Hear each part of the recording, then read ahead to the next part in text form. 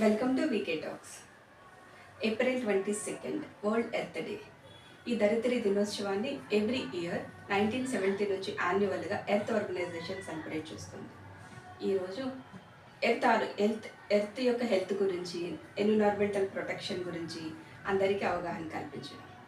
ఈ year theme వచ్చి our planet hour power. అంటే మన ప్లానెట్ని ప్రొటెక్ట్ చేసుకోవడానికి ఇండివిజువల్ యొక్క పవర్ని, ఇండివిజువల్ యొక్క వర్క్ని రికగ్నైజ్ చేయడం అనమాట. ఇందులో యాజ్ యూజువల్ ఎవ్రీ ఇయర్ లాగే ఈసారి స్కూల్స్, కాలేజెస్, ఎన్జిఓస్ అందరూ, గవర్నమెంట్స్ అందరూ కూడా ఇందులో పార్టిసిపేట్ చేస్తారు పర్యావరణ విద్యను అవగాహన కల్పించడానికి. ఎర్త్ని ఎలా కాపాడుకోవాలి, నేల ఆరోగ్యాన్ని ఎలా కాపాడుకోవాలి, వీటిలన్నింటి గురించి.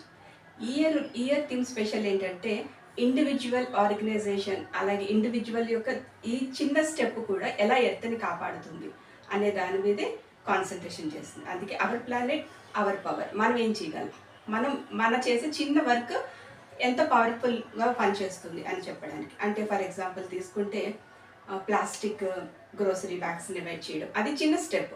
అలాగే ప్లాస్టిక్ కాఫీ కప్స్ని అవాయిడ్ చేయడం, వాటర్ బాటిల్స్ని అవాయిడ్ చేయడం, ఇవన్నీ కూడా చిన్న చిన్న స్టెప్స్. కానీ ఇవి చాలా హ్యూజ్ ఇంపాక్ట్ ఉంటుంది ఎర్త్ యొక్క హెల్త్ మీద.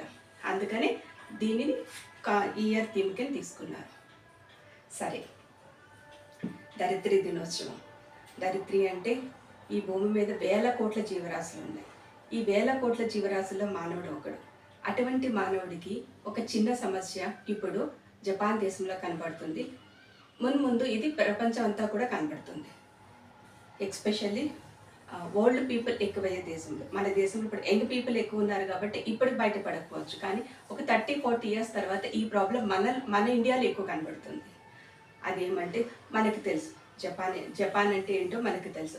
అది వెరీ డిసిప్లైన్డ్ కంట్రీ అని, చాలా అందరితో మంచిగా ఉంటే ఎవరితో గొడవలు వెళ్ళకుండా తన పని తను చేసుకుంటూ జీడిపిలో ముందుకు వెళ్తుందని మన అందరికీ తెలుసు.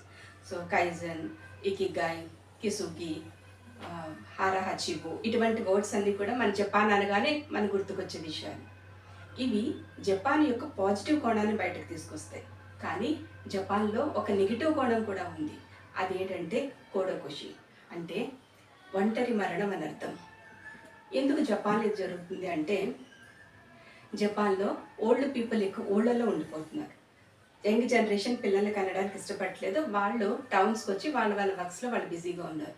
సో ఓల్డ్ పీపుల్ వచ్చేసి ఊర్లో ఉండడం వల్ల వాళ్ళు ఒంటరిగా చనిపోతున్నారు. ఒక విధంగా చెప్పాలంటే ఇది చాలా బాధాకరమైన విషయం.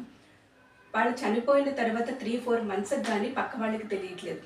మేబీ ఒక బ్యాడ్ స్మెల్ వల్ల, లేకపోతే బిల్స్ డ్యూస్ ఉండడం వల్ల గవర్నమెంట్ వాళ్ళు ఐడెంటిఫై చేసి ఎందుకు వీళ్ళు జ్యూస్ ఉన్నాయి అని వస్తే అప్పుడు తెలుస్తుంది ఆ ఇంట్లో ఉన్న వాళ్ళు చనిపోయారని.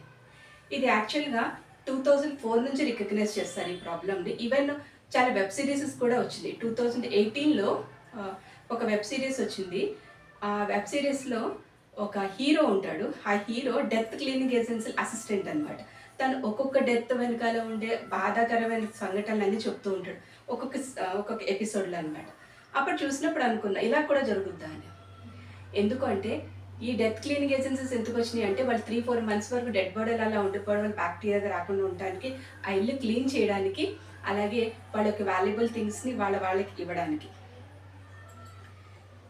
ఇది ఈరోజు జపాన్ దేశంలో ఒక 2024లో అయితే మోర్ దెన్ 3000 పీపుల్ ఈ విధంగా అన్ఐడెంటిఫైడ్ చాలా రోజుల తర్వాత 3-4 మంత్స్ తర్వాత తెలిసిందనమాట.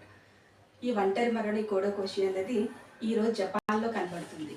నెక్స్ట్ ఫ్యూచర్లో ఇండియాలో కూడా కనబడుతుంది. మనకి శ్రీ మహాప్రస్థానంలో ఒకటి చెప్తాడు. మైగ్రేషన్ అయ్యేటప్పుడు ఊర్లో ఉన్న తల్లి మైగ్రేట్ అయిన ఒంటరి కొడుకు కోసం మబ్బు పట్టి, వాన వస్తే, వరద వస్తే అంటూ బాధపడడం మనకి మహాప్రస్థానంలో చూపిస్తాడు. కానీ ఇప్పుడు ఏమవుతుంది, ఫ్యామిలీ అంతా టౌన్ వెళ్తుంది, ఒంటరిగా తల్లిదండ్రులు మిగిలిపోతున్నారు. అంటే ఇప్పుడు ఆ ఫ్యామిలీ ఫీల్ అవ్వాలన్నమాట. వాన వస్తే, వరద వస్తే, మబ్బు పట్టి, గాలి అనేసి ఫ్యామిలీ ఫీల్ అవుతుంది ఊళ్ళో ఉన్న తల్లిదండ్రుల కోసం. అమృతం కూర్చున్న రాత్రుల్లో తిలక్ ఒక మాట చెప్తాడు, మేము మనుషులు, మేము మహస్సులం అని.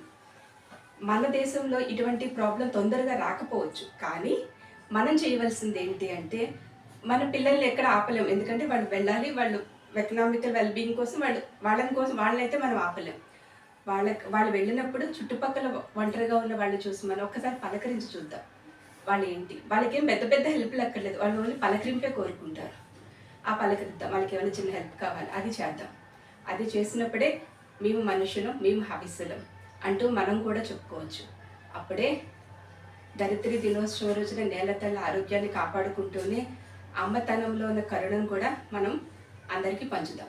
Thank you so much for watching. If you like the content, please subscribe.